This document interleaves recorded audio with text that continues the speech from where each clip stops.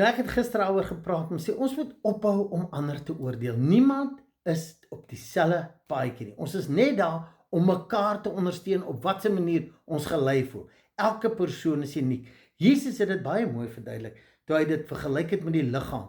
Dat die oor het 'n ander funksie as die neus, as die oog, as die hand. En die een kan nie sê ek het die ander een nie nodig nie. As ons regtig verstaan die dinamika van ons vorm same eenheid met the Christ within, dan is ons daar om mekaar te help. Maar jy weet, ons het so onsself toegeëien. Ek is so en ek is beter as 'n ander een. Al sê jy dit nie, jou optrede, jou denke, jou manier hoe jy ander mense hanteer. Nee, hy praat daar in die Bybel. Hy sê daar in Jakobus, as 'n ryk instap, dan sê almal, "Hoe kom sit jy?" Maar die ou wat nie het nie, nee, wat staan jy maar aan een kant, nê? En so is dit net een voorbeeld van die liggaam is daar om mekaar te ondersteun. Daar's baie mense wat deur moeilike tye gaan. Kom ons wees daar vir hulle.